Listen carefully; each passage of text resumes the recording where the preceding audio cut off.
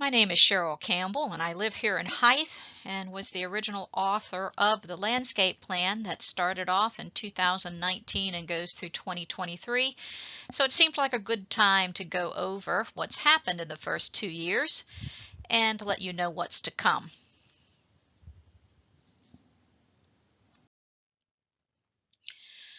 When we talk about the landscape plan, we're mainly talking about the things we need to do to both maintain the property, enhance the property, or replace items that were destroyed during storms. Now, there's a lot of maintenance that goes on in Hythe, mainly because our plants are exposed to a lot of heat and potentially bad weather. So we have replacement of flowers seasonally, bug spraying, and any replacements of dying plants or plants that are damaged by wind. But we also have some ideas that residents wanted that did get included in this plan, and it really improved the aesthetics of the building. There's a lot of things you won't see in the plan because they're dictated by the Palm Beach County Unified Land Development Code, and that includes a lot of plants that we can't use anymore, mainly because they're invasive or not recommended for growing in Florida. When we first came up with this plan, there were a lot of things to trade off because really what residents need is a landscape that looks nice but also has a very predictable budget and life cycle cost. You want to have some specimen plants, some real lookers that add value to the property, and you also want to be able to draw native bird and butterfly populations. But at the same time, landscapers have very genuine concerns. They need plants that work throughout different types of extreme weather and ideally lower the maintenance cost of trimming them or edging the plants and not having them being prone to various diseases. They need to be able to grow in a way that does not impact our sidewalks and parking lots, and they need to be tolerant to high winds. So on top of that, really what everybody wants is all these things at a great price. So what we did was evaluated our requirements and did some mock-ups of what we wanted to see on the property, and you'll see that here in the briefing. We also got quotes and finalized those quotes and then proceeded over a multi-year plan. So Hythe consists of 3 buildings, A, B, and C, as you go counterclockwise around the building. I'm not going to go through all of these text-wise, but they're listed here by number in case you want to refer back to this briefing to see the prices of various tasks. I will note that as we discussed this with our residents, a number of things were added. For example, removing some eyesore bushes that were showing around our pumps, and other tasks that looked forward were added, namely tasks that would add color and help our butterfly population. One of the first and foremost tasks was we had a real problem with these Eureka Palms. They were dying. They were cut back like this to try to keep them alive a bit longer because that's about as far as they could grow. The bark and pulp in the bark had been damaged by fungus due to age. These literally were at end of life and had been extended beyond their lives. So they needed to be replaced, and as of 2020, they have been replaced. So you'll find the Eureka Palms here at the end caps were replaced. Some of the interior Eureka Palms near the pool area were also replaced, as well as up front. Another thing that we had was we needed to replace our ficus hedges with arboricola or clusia, depending on where it was the hedge existed. The arboricola was used in the front and the clusia on the sides and in the back. That's now been done as of 2020. A, B, and C are now complete with respect to their front hedges.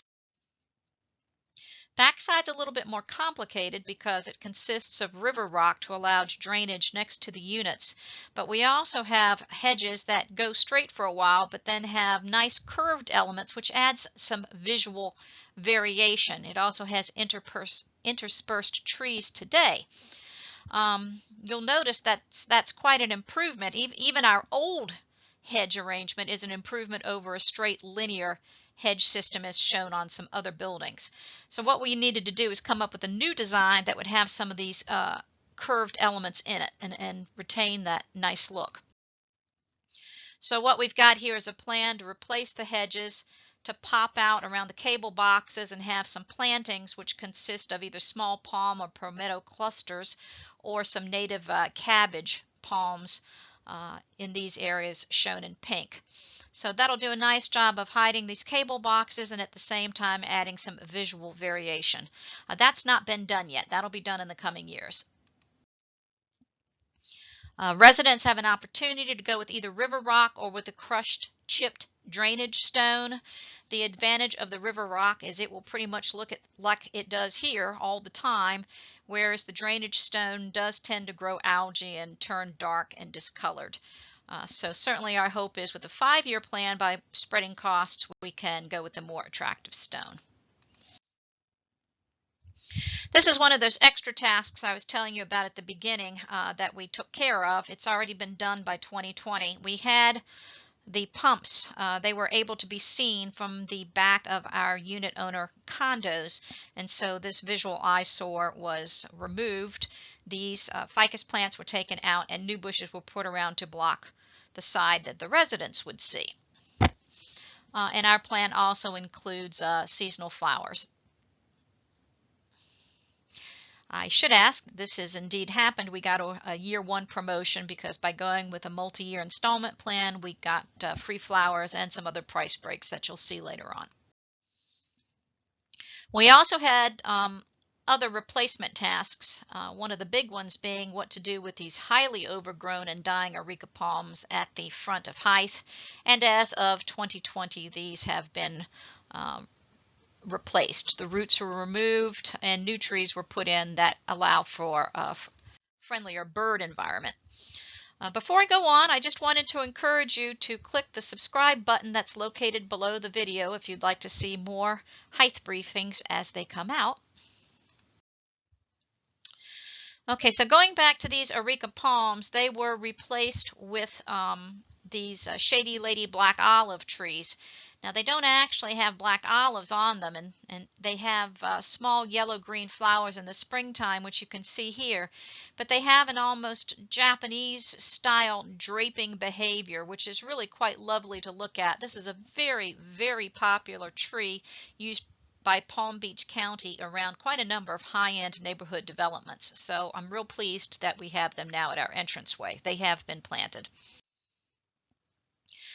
This task has also been done behind Building C. Some of these bottle brush trees were at end of life and suffering damage, and we have now put in some very high value southern live oak trees. These are specimen plants, really phenomenal plants, greatly add to property values anywhere where they are planted. We also planted them so that their main trunk structure is in front of one of the dividers so that it will add shade over time, but it will not obstruct the view of the lake. So here, for example, is where there's a gap, and this is where the mature oak has been placed.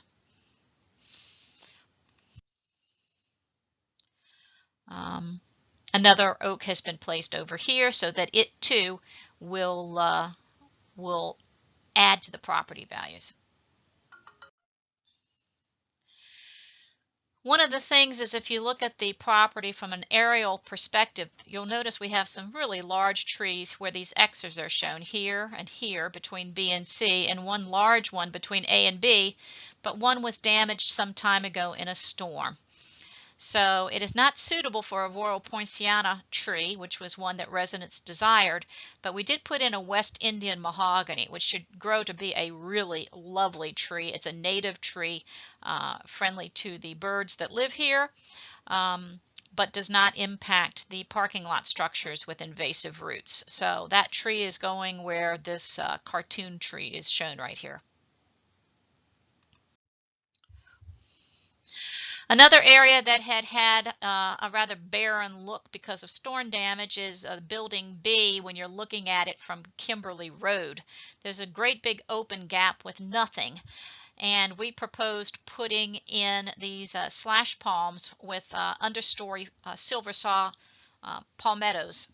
These are short silvery green palmettos that contrast nicely with the yellow green of the slash pines, and it's going to grow to look somewhat like this, and this was put in place. It exists now as of 2020. These plantings have been done. This one has yet to come. This is a job to be done this year or next.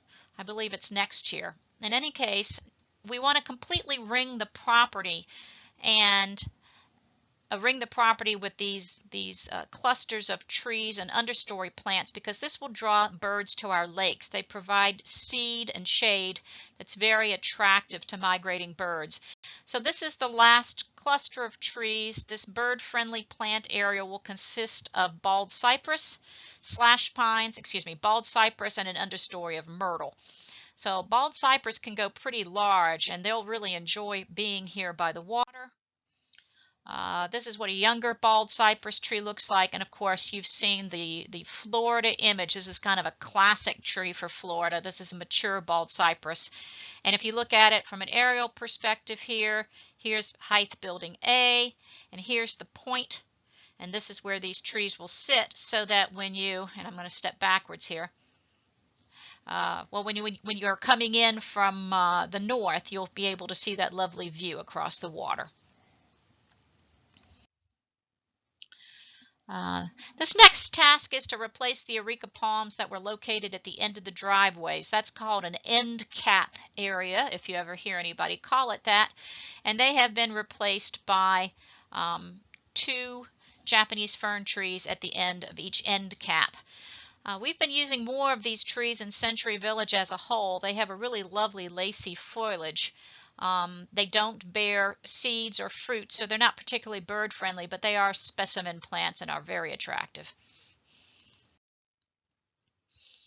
This task has also been done. We took out the old ficus plants that were located in the grassy areas between the parking lots and replaced them with shrubbery that has nice color variation. The copper leaf Java white and the Java green island plants with fire spike flower perennials in the middle to draw butterflies and hummingbirds. This is a task that's at the end of the 5-year contract, and this is just a mock-up. Basically, we're going to try to do something with a more rounded and interesting design around our plant beds as opposed to the plastic edging. And this is a task for the future. The plants to be used for it haven't even been selected yet. But we want to conduct a limited experiment work with the residents to see what new look might be enjoyed for the buildings, and we'll pick some place to start and do one bed and get some feedback. The main thing that we needed after going through all this discussion was to come up with a predictable year-by-year plan so that it impact our coupon rate as little as possible, but within what had already been planned for beautification, because you really have to keep on top of plants here. So we came up with all the task estimates, and it's obviously far too much to absorb in any given year. Normally we had allocated anywhere for between $15,000 and $20,000 per year. So it logically fell out that this would be a 5-year plan. Planting of the flowers is a recurrent task. We did get a discount and a price break on first-year plantings and ficus spraying. Since we were going to replace the hedges, we got the ficus spraying for free to keep the old hedges going until they were replaced.